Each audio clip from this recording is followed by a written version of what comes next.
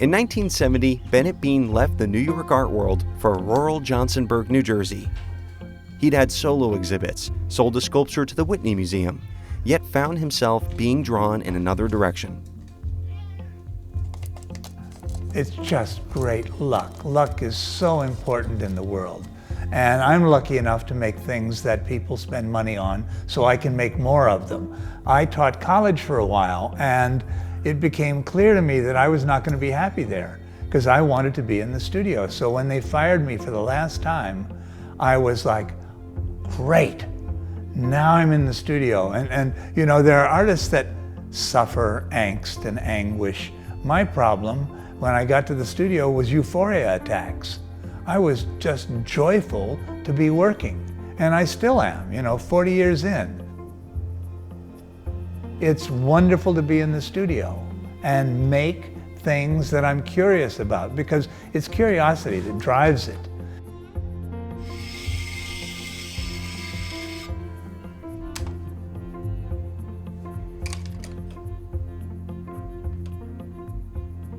Bennett Bean's signature vessels embody his approach to art.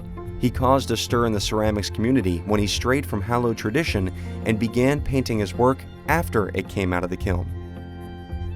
He will probably break every rule in the book if it's possible. They had one rule. You can do what you want with the clay, but once you give it to the fire god, then you must accept what the fire god gives back. Then he kind of looked at some of the stuff that came back out of the fire and he said, I don't like this. And so started painting. Well, everybody went, oh, you can't paint? You can't paint? Well, he got away with it.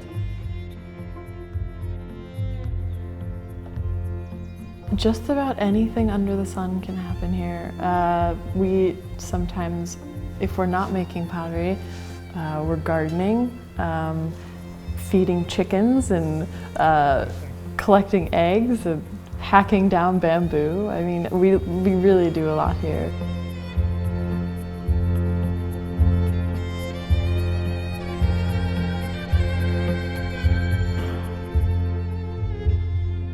I think it has a lot to do with it not just being a place of work, but it's also Bennett's home. And so living and working is intertwined. And I said, I can't believe that you go out and buy new dishes just because you couldn't stand washing the old. He goes, I didn't buy them, I made them.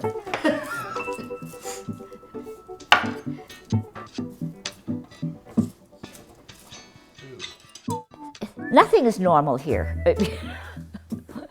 but it's regular in some strange way. It's very regular in that sense.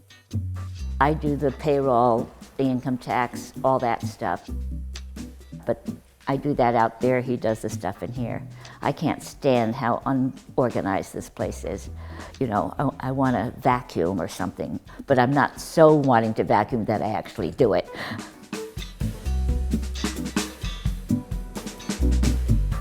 One of the final steps in making a vessel, a Bennett Bean vessel, is what's called gilding, and it's basically applying a very delicate gold leaf to the interior of every piece. And it's a practice that dates like all the way back to the decorative and religious arts. So basically gold leaf is a hammered down gold, and it has to be applied very delicately without damaging the integrity of it. At this stage in my life, I see myself continuing to be in the studio until I can't be in the studio.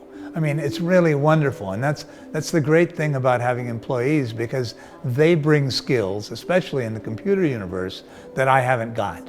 And so what I've done is managed to set up a situation where I can continue to work as long as possible, because it's so much fun. More for that. This is going to be the most beautiful rug ever. Around the time he turned 60, Bennett Bean decided he needed an adventure in the form of a new venture, rugs. A lifelong Buddhist, He connected with artists in Nepal, the birthplace of Buddhism.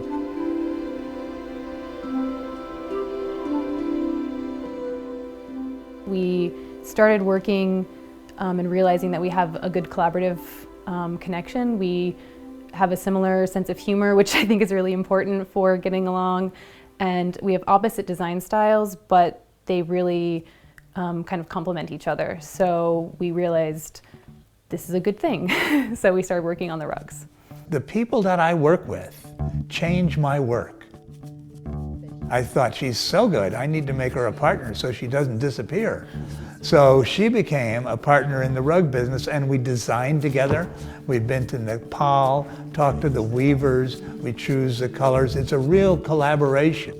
And we bring very different sensibilities to it. It's inspiration from environment, traveling, always taking pictures of different textures or combinations. One of the rugs specifically came from a photo I took out of a window when we were flying, when we were visiting Nepal where the rugs are made, just of the fields. So I think that's part of it. I'm personally really inspired by a lot of textures and plants, succulents, and kind of those kind of here, especially here at the studio, lots of green and really interesting things. We've kind of really drawn from the environment that way too.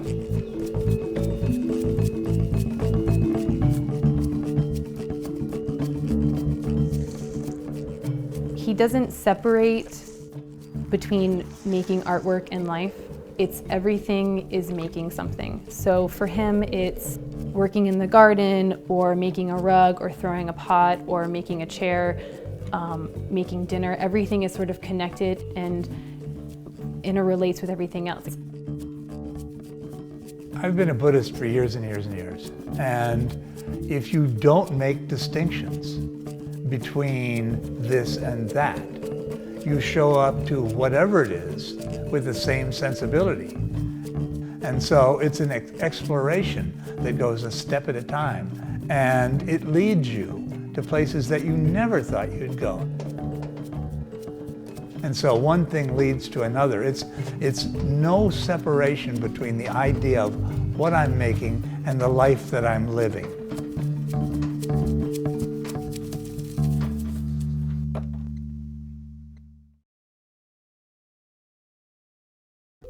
The New Jersey State Council on the Arts, encouraging excellence and public engagement in the arts since 1966, is proud to co-produce State of the Arts with Stockton University, New Jersey's distinctive public university. Additional support is provided by the Geraldine R. Dodge Foundation.